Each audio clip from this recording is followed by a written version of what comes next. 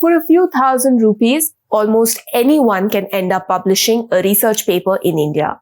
Orchestrated by fixers, greedy publishers, corrupt peer review rings and ghostwriters, the Indian academia is churning out bogus research papers in predatory and sometimes completely fake research journals. This is a story of the desperate academia, which in order to get promotions or PhDs in environments not equipped for research, are supporting a massive illegal industry in the country. I am Mohana Basu, and in this video, I tell you about an investigation conducted across weeks at ThePrint to unveil the different pieces of this industry of what is often known as paper mills and peer review rings. But before I begin to explain the industry, let me first go through the circumstances that compel academics in the country to take this route of publishing. The University Grant Commission recommends a point-based system for appointment of faculty in Indian universities. For example, according to the 2018 recommendations, a professor post requires 10 research publications and a score above 120. For a publication in a peer-reviewed journal, an academic gets a score of 8 to 10. If the paper is published in a high-impact journal, there are additional points. Not only that, the university's ranking by the National Assessment and Accreditation Council also improves. The NAAC recommends that each faculty member should have at least one published research paper every year, which creates an additional pressure on the academics. Also, PhD students need to publish at least 2 to 3 research papers in the Scopus Index journal before they can submit their thesis. Now, UGC has a list of recommended journals and it also accepts anything that is listed by Scopus, which is a global database of research journals. Scopus keeps reviewing its journals list and journals can often become delisted when its quality drops. Now, what ThePrint found was that for a sum of 15,000 rupees, a woman living in West Bengal's Belgorия can get almost any research paper published in a Scopus Index journal. And she is just a tiny part of this endless cycle of publishings and promotions. Not only are there individuals like her cutting deals between academics and peer reviewers, there are larger companies that make this happen. Here are some examples of some of the symptoms of the problem. The International Journal of Early Childhood Special Education, Journal of Positive School Psychology, and International Journal of Control and Automation are among the hundreds of journals that claim to be Scopus indexed, when in fact their Scopus coverage has ended in the last 2 years. The papers they publish have no bearing on their scope. It's a clear red flag. Recent papers published in the Journal on Early Childhood Special Education include impact of media imperialism on Indian television industry and examining the coverage of women-related crime news. And some agents continue to take payments from academics to publish papers in this journal. Since its Scopus coverage was discontinued in 2020, the Journal on Automation has published research on the styles, traditions, and skills in the fine arts of Uzbekistan, or psychoanalytic foundations of artistic mastery or patriarchy. The Indian Institute of Sciences journal, Current Science, also put out an advisory in July 2017 on its website after 2 fake websites with similar domain names, www.currentscience.org and www.currentscience.co.in, were found to copy its content and publish articles from researchers for a payment. Both sites are now defunct. Getting published in a reputed journal is a nerve-wracking and frustrating process that can take anywhere between 6 months to a year. And according to Shouvik Roy, a PhD scholar at IISER Kolkata, that's the best case scenario. Roy told us that he has seen people wait for up to 2 years for their paper to be accepted. He has 3 papers in the pipeline and has been waiting for 6 months for their publication. Even seasoned scientists have to jump through hoops to get their research published. Roy's PhD guide, Dr. Dipindu Nondi, a top solar physicist with more than 50 publications to his name, continues to run into trouble with publishing his papers. The degrees, promotions, and jobs that are at stake in an increasingly competitive academic industry offer the perfect petri dish to incubate an illegal publishing industry.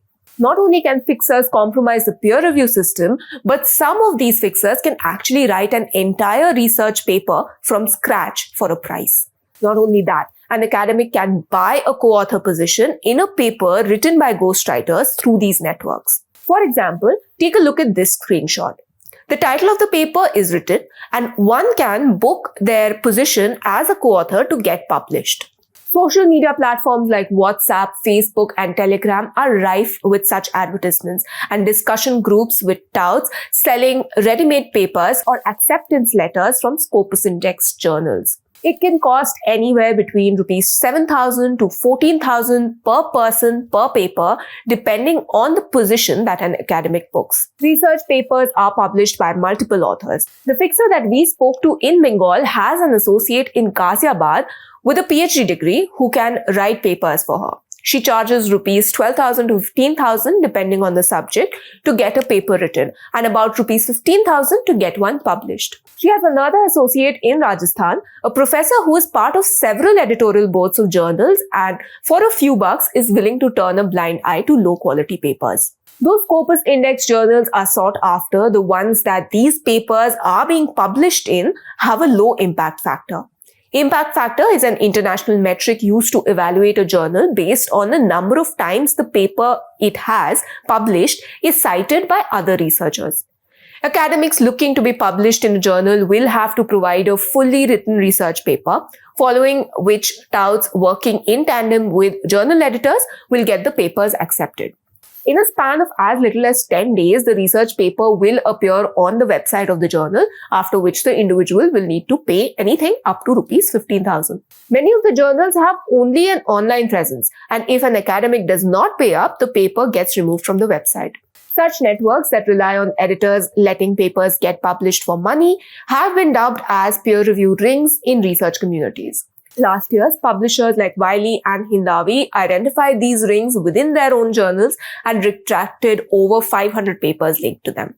But the retractions do little to stamp down on this illegal industry online. A Telegram group chat that ThePrint accessed had an advertisement for a paper titled Impact of Psychological Capital and Technology Adaptation on Performance of Teachers in a post dated November 15, 2021. The paper with the same text and abstract was later found published in the Journal of Positive School Psychology in June 2022. The journal claims on its website that it's Scopus indexed, but the Scopus website has no record of it. There are several professors who are part of different editorial boards of journals who are in on this business to earn a few quick bucks. The same journals crop up in advertisements posted across groups. These include but are not limited to Acta Biomedica, European Chemical Bulletin, and the Pakistan Heart Journal. Many publications such as the Journal of Survey in Fisheries Sciences has Indian researchers on its editorial board. ThePrint was able to access WhatsApp conversations which showed academics paying to publish their papers in this journal. The journal has a string of papers published that has nothing to do with the scope of the journal's area of expertise. ThePrint also found other websites as well as WhatsApp and Telegram groups that claim to be able to assist researchers in getting acceptance letters from the Journal of Survey in Fisheries Sciences, which lists over 50 scientists from several Asian countries as members of its editorial board. Among those listed from India were one S.K. Joshi from ICAR NDRI and a researcher from National Institute of Malaria Research, both of whom don't seem to exist. Two others mentioned as part of the editorial board were Wahid Khawar Balwan, an assistant professor at the Government Degree College, Bhadarwa in Jammu and Kashmir, and Dr. Senthil Kumar from the Institute of Forest Genetics and Tree Breeding in Coimbatore. Balwan confirmed that he was on the editorial board, but appeared to be unaware about the latest publications by the journal. He refused to discuss the predatory nature of the journal. Senthil Kumar denied being a part of the editorial board of the journal. Though the journal's publishers are supposed to be in Canada, it lists the contact number that is Indian. Calls to the phone number listed by the Journal of Survey in Fisheries Sciences were not answered. ThePrint also reached out to the journal and its editors via email. While one of the email IDs appears to be defunct, the other did not respond. As a journalist, let me tell you, it is not really that hard to get in touch with journal editors. Usually they are quite responsive through the contacts listed on their websites. There's an even uglier side to this industry. Such circumstances have created the perfect opportunity for a coordinated effort to dupe desperate scholars into publishing in hijacked journals that are not covered by Scopus. These are publications both existing and discontinued whose domain names are hijacked by cyber criminals. They either take over the domain name of the journal that has been discontinued or create a similar sounding domain name mimicking the legitimate journal. It is an almost perfect crime, duping scholars who are already trying to do something unethical. Anna Albukina, a research fellow at Berlin, has been working on identifying hijacked journals. One Facebook group had advertisements for a journal called Res Militaris, which has been delisted by Scopus. However, touts across different platforms continue to sell papers in this journal as Scopus indexed. Often, unsuspecting researchers also submit their papers to these journals without realizing that they have been delisted. According to Albukina, many of these clone websites are organized in one big network. Hijacked journals work with different broker companies from different countries that collect papers and submit them to hijacked journals. It gives the possibility to publish thousands of papers in several months. Albukina hypothesizes that the organizers are from India because the majority of the authors in these hijacked journals are also from India. However, hijacked journals are also publishing papers from different developing countries like Indonesia, Russia, Uzbekistan, Iraq, and Iran, among others. Several organized groups on social media platforms appear to be well staffed enough to process a much larger number of papers. Among these include IRCON International, an Assam-based firm that claims to guide researchers in publishing papers. However, from a Telegram group chat that ThePrint accessed, it appears that the group facilitates academics to publish in predatory journals. The group also has its own journals, none of which are Scopus indexed. IRCON director Naseem Ahmed told ThePrint that most of the authors who come to them do not know how to properly write or format a paper. Ahmed says that they help researchers with editing and formatting, but he also claims to be connected with several editors of journals of publishers like Wiley and Elsewhere. So the company is able to ask peer reviewers to fast-track the process of publication for some papers. Ahmed has a team of technical subject experts who are well-versed with what kinds of articles a journal is looking for, which can help academics get their publications out much faster.